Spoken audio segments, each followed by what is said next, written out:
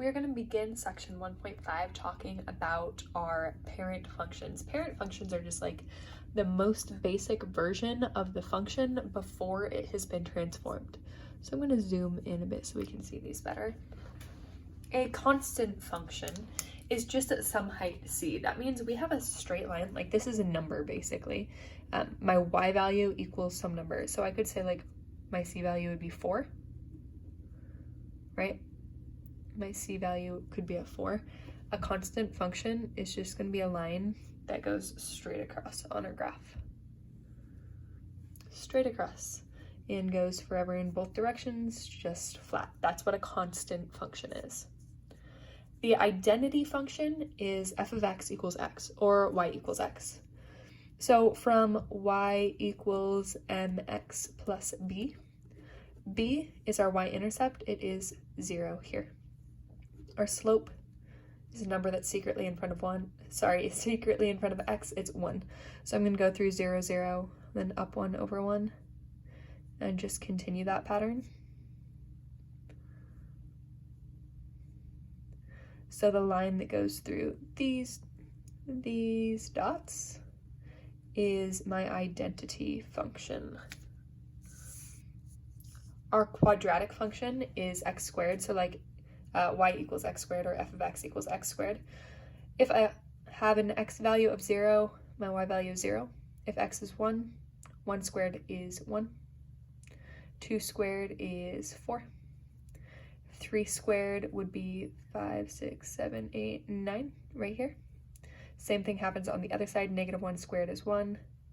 Negative 2 squared is 4. And negative 3 squared is still 9. So this is our parent function, or our most basic version of our quadratic function.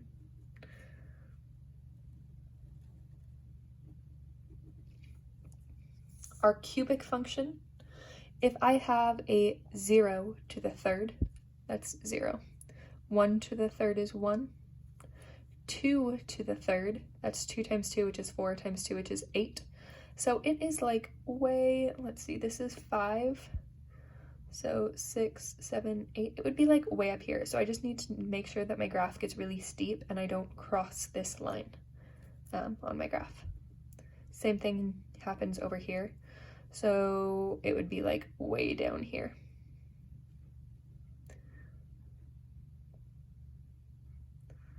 So it's concave down and then it swaps to being concave up right as it crosses the origin. And we go up like that. So it goes through 1, 1 and negative 1, negative 1. Notice most of these graphs so far go through like ones, right? This is 1, 1, this is negative 1, 1, this is 1, 1, and negative 1, negative 1. So most of our parent functions will go through 1, 1. Here is my square root function. If I have 0 as my x value, the square root of 0 is 0. If I have 1 as my x value, the square root of, oops, sorry about that. The square root of 1 is just 1. Now, I'm not going to plug in a 2 for my x value because that's really hard to do the square root. The next easy square root to do is 4. And the square root of 4 is 2. So I'm going to go over to 4 and up to 2. Then the next number where it's easy to take the square root would be 9. The square root of 9 is 3. So I'm going to go over to 9 and up to 3. And then we draw our line. It should be smooth, goes off this direction, and it stops here because I can't have negatives inside of a square root and have real numbers, so I can't have negative x values. Our reciprocal function, if x equals 0, we can't do 1 divided by 0, but if x were to equal, say, 1, I can have 1 over 1, that's 1. If x equals, say, 2, then I have 1 over 2, which is 1/2. And then I would have 1/3, 1/4, and you can see this is going to get closer and closer to this line. If I did a value like, say, x equals 1/2, then I would have 1 over 1/2. To simplify this, I'm going to take the fraction that's on the bottom, and I'm going to take its reciprocal, 2 over 1, and multiply the top and bottom by that.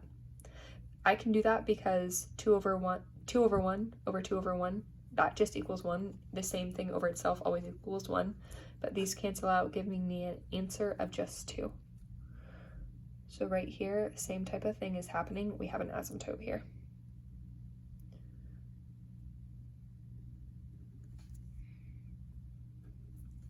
I could do the same thing on this side. If I do 1 over -1, it gives me an answer of -1. And I, once again, if I did the math here, at -1/2, I would get an answer of -2. At -1/3, I would get an answer of 3. And so on. I have an asymptote here. And then I also would have an asymptote here, right? Like if I plug in a -2, I have -1/2 for my answer. So if this one's confusing, pause the video and plug in some values to try to figure out what's happening and simplify things. For our absolute value function, if my x value is, say, 1, my y value is 1, because I'm just taking the absolute value of x. If it's 2, we go 2, 3, 4, 5, and so on. I'll just draw my line there. Now, normally, without these absolute values, this line would continue down this direction. But instead of continuing down, what's going to end up happening is this line that would be going down this way gets flipped up, because negative x, the absolute value of negative x, is just x. Or the absolute value of -1 is just 1. So every time I plug in a negative number here, I just get its positive version, or its positive counterpart. So we could draw this line.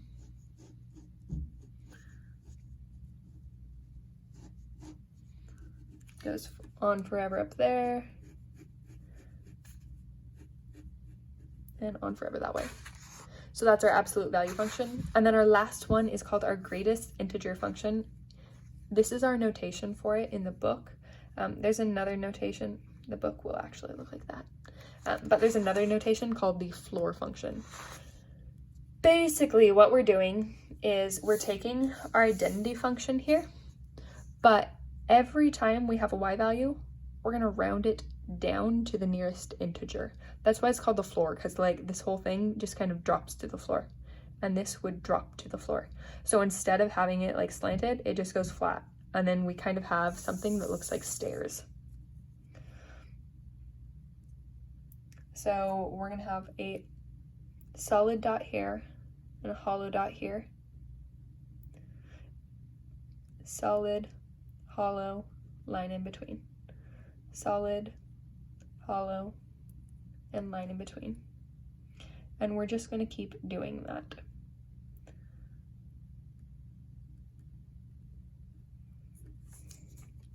And then it continues down this other direction too. So we're just rounding everything down. Like normally we change at 0.5 where we round it, but not for a greatest integer function or a floor function. We just always round down. So like what would be 1.5 rounds down to 1, and so on. And here is our last of the parent functions.